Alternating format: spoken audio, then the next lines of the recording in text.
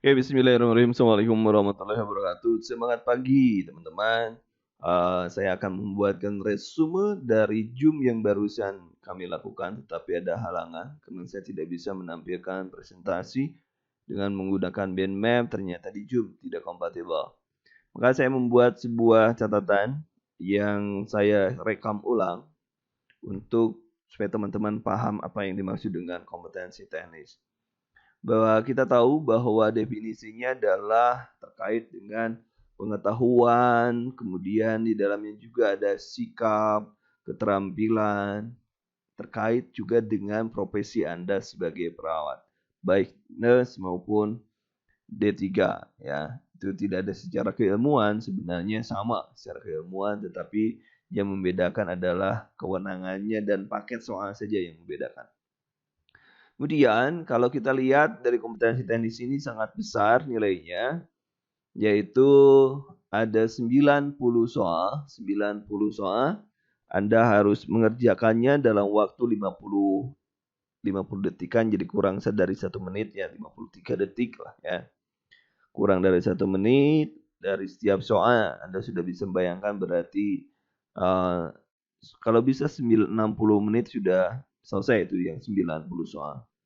Kemudian kalau benar itu Anda mendapatkan 5, tetapi kalau salah Anda mendapatkan 0.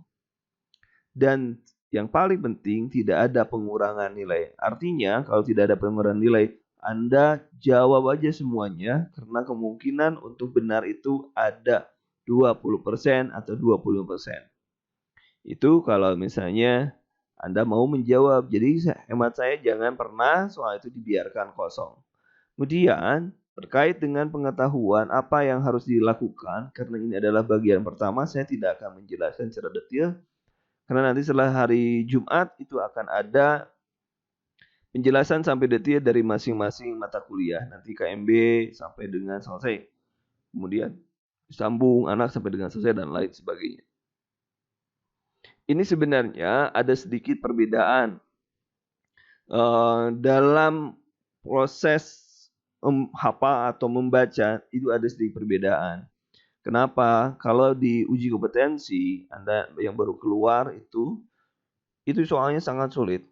Kesulitannya 20% orang, 20% orang dari 100 orang yang bisa menjawab itu tingkat kesulitannya. Yang paling mudah itu 60% orang bisa menjawab. Tapi kalau di Kalau di uji tes seleksi kompeten P3K itu soalnya relatif lebih mudah. Tetapi Anda ingat bahwa di P3K itu berlaku dari mulai kognitif 1. Kognitif 1 terkait dengan misalnya berapa cc vesika urinaria kalau ingin kencing. Nah, itu berapa, kemudian volume tidak berapa itu hanya tahu saja, bukan analisa. Tapi kalau sudah kasus dengan kerumitan yang tinggi itu baru kognitifnya lebih tinggi. Artinya soal-soal yang biasa keluar itu tidak melulu kasus, tetapi juga bisa soal-soal yang bertanya. Misalnya preposisi ini adalah ini. Jadi sifatnya teoritis. Ya, teoritis. Tapi acuan keperawatan harus menjadi bagian yang sangat penting dari pengkajian sampai dengan evaluasi. Anda harus paham tanda-tanda yang sifatnya khas pada penyakit, Anda harus paham, harus mengerti. Nilai lab juga harus paham, pemeriksaan fisiknya dari head to toe-nya Anda harus paham.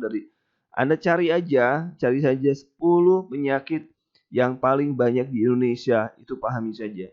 10 penyakit yang paling banyak di Indonesia. Dan saya titip untuk COVID, pahami sekarang. Karena COVID sekarang sudah lewat masa pandemi dan sekiranya soal itu ada. Jadi pahami COVID supaya Anda bisa nambah-nambah nilai. Itu asuhan keperawatan dari mulai pengkajian sampai dengan evaluasi. Anda harus paham bagaimana menentukan masalah, bagaimana membuat diagnosa keperawatan, bagaimana memprioritaskan. Itu juga harus menjadi bagian yang harus Anda kuasai. Kemudian yang selanjutnya, komunikasi terapeutik. Komunikasi terapeutik dari mulai tahap prainteraksi sampai dengan terminasi, Anda harus paham kegiatan yang dilakukan, kemudian teknik komunikasi terapeutik misalkan ada yang diam, ada yang konfirmasi dan lain sebagainya. Kemudian pendidikan kesehatan tahun lalu ada yang keluar. Pendidikan kesehatan maksudnya di sini adalah metodenya. Kalau banyak orang metodenya apa, medianya apa. Kalau orang yang sedikit metodenya pakai apa, medianya pakai apa. Itu Anda harus paham. Kemudian per departemen, artinya apa per departemen? Per departemen Anda harus sudah paham kira-kira pengetahuan yang paling banyak kasusnya itu kasus apa di anak misalnya.